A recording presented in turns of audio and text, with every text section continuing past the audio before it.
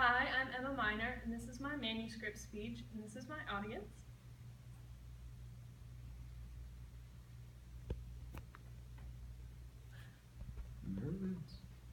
The career and life of Anna Mae Bullock is well known to our parents if they're a part of the baby boomers or Generation X, as she was a popular musician in the 60s and 70s. And I'm sure all of you know who she is too, despite not growing up in her prime.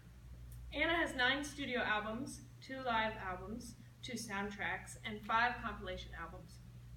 She endured an abusive relationship for 16 years, but rallied back and won 4 Grammys.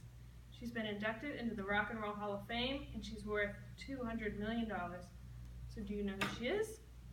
Maybe you know her better as Tina Turner.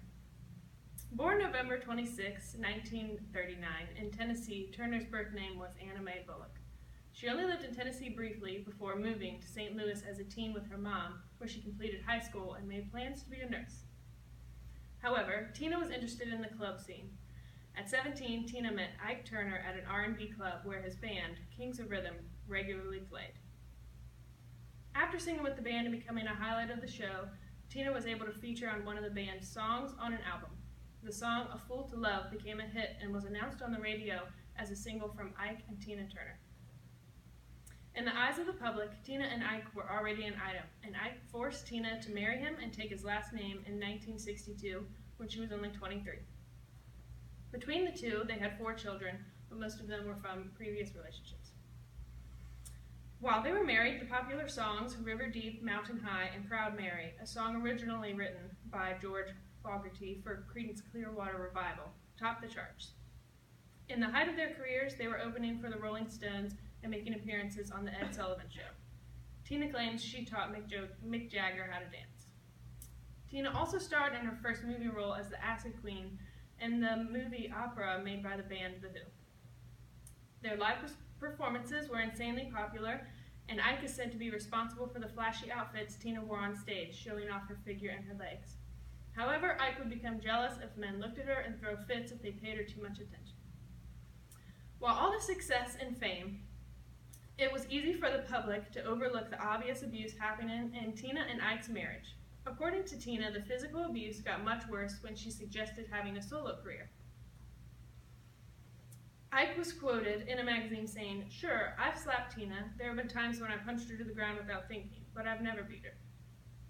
In her biography, Tina wrote about sharing a house with Ike and another woman Ike was sleeping with, despite his and Tina's marriage.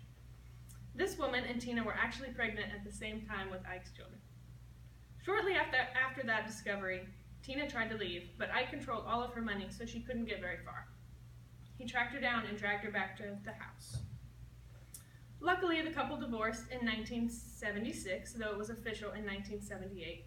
Tina had plastic surgery on her nose to repair it from being broken so many times. Sadly, Ike took most of what Tina had made through their career, leaving her with 39 cents and a gas station credit card, according to her. She supported herself and child by cleaning homes and living off food stamps. In 1983, Tina's luck finally turned around when she remade Al Green's Let's Stay Together. The recording gave her enough steam to launch her album, Private Dancer, which sold 20 million copies worldwide and won 4 Grammys. In 1985, she starred in Mad Max with Mel Gibson, and the following year she wrote her autobiography, I, Tina, Between Tours. For performances, she maintained her iconic look with short dresses, showcasing her legs and her big natural hair. During her Break Every Rule tour in 1988, Tina broke the world record for the largest playing audience at a solo concert, 184,000 people in Rio de Janeiro. Then she released What's Love Got to Do With It, an album that went double platinum. Later, a movie loosely based on Tina's life was named after that album. In the following 4 years, she released 2 more albums, and in 1991, she and Ike were inducted into the Rock and Roll Hall of Fame. But sadly, Ike could not attend the induction because he was in jail for drug charges. After that, she semi-retired, but in 2008, she went on a 50th anniversary tour. The tour had hundreds of sold-out shows across the world and had the highest ticket sales of 2008 and 2009 in the U.S. The most recent news of Miss Turner was her engagement to her partner, who's from Germany. For the wedding, only close friends and family attended, and Tina wore a silk black and green dress while her guests wore white. The couple honeymooned in Italy, and shortly after the marriage, Tina's Swiss citizenship was approved, and the couple now lives in Switzerland. Thank you.